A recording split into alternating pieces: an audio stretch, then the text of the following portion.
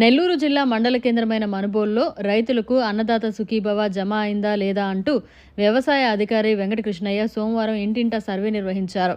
ఈ సర్వే ఈ నెల 29 వరకు జరుగుతోందని ఆయన మీడియాకు తెలిపారు. ఆంధ్రప్రదేశ్ రాష్ట్ర ప్రభుత్వం ప్రతిష్టాత్మకంగా చేపట్టిన రైతన్న మీకోసం కార్యక్రమం యొక్క ముఖ్య ఉద్దేశం ఈ కార్యక్రమంలో పచ్చిపాల రామరెడ్డి, పద్మనాభరెడ్డి, రాయపాటి కిరణ్ కుమార్, రమేష్ రెడ్డి, చలగిరి ప్రసాద్, సాని వెంకటరమణయ్య, రాజాగౌడ్, ధనంజయ రెడ్డి, బండికట్టు రవి తదితరులు పాల్గొన్నారు.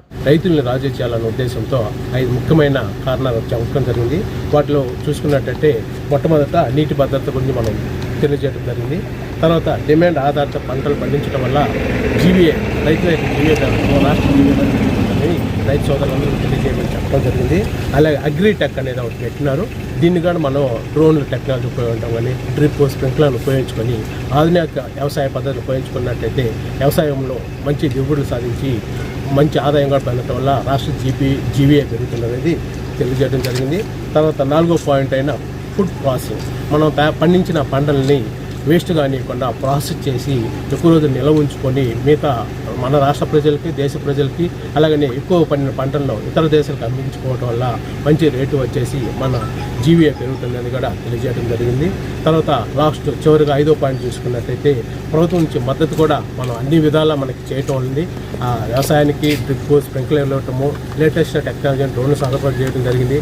అట్లాగనే వీటిని ఎరువుల్ని తగ్గించి న్యాచురల్ ఫార్మింగ్ అయిన APCNF గురించి చేసుకున్నట్టయితే నాణ్యమైన పంట పండించి మంచి ఆరోగ్యంగా మనం సంపాదించుకోవచ్చు అనే ఉద్దేశంతో ఈ APCNF కూడా మనం రాష్ట్ర రైతులకు మనకి వ్యవసాయ శాఖ ద్వారా అట్లనే APCNF ద్వారా మనం తెలియజేయడం జరుగుతుంది. వాళ్ళ విధంగా వాళ్ళు రాష్ట్రంలో APCNF స్టాఫ్ కూడా మనకి తిరిగి పురుగు మందులు ఎరువులు తక్కువ వాడి విషరహితమైన పంటలు పండించడం వల్ల ఆ పంటలను తిన్నట్టయితే మంచి ఆహారం తినేసి ఆరోగ్యాన్ని కూడా కాపాడుకోవచ్చు చేయడం జరిగింది. అట్లనే పాడి రైతులకు అండ కూడా జరగడం జరిగింది. దీనివల్ల కూడా మంచి నాణ్యమైన పాడి తయారు చేయటం, దానివల్ల ఆరోగ్యాన్ని కాపాడుకోవచ్చు. దీనివల్ల జీవీఏ పెరుగుతున్నది ఈ విషయంలో జరగడం జరిగింది.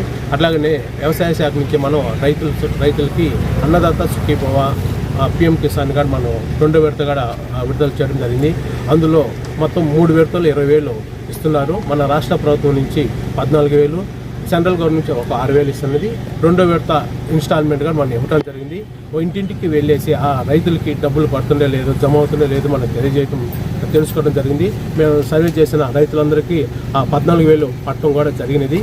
ఇంకా ఏదన్నా ఒకరిద్దరు కానీ పడుకున్నట్టయితే వాళ్ళు కూడా పడేటట్లు చేస్తామని ఈ సందర్భంగా తెలియజేయడం జరిగింది.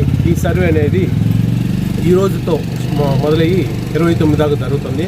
తర్వాత 3వ తారీఖున ఈ మొత్తం సర్వేని క్రోడీకరించి మండలానికి సంబంధించిన ఒక ప్రణాళిక తయారు చేసి దానికి అనుకూలంగా మనం మన రాష్ట్ర జీవీఏని పెంచడానికి ప్రయత్నం చేయమని మాకు గౌరవ ముఖ్యమంత్రి గారు మన గౌరవ ఎమ్మెల్యే గారు తెలియజేయడం జరిగింది.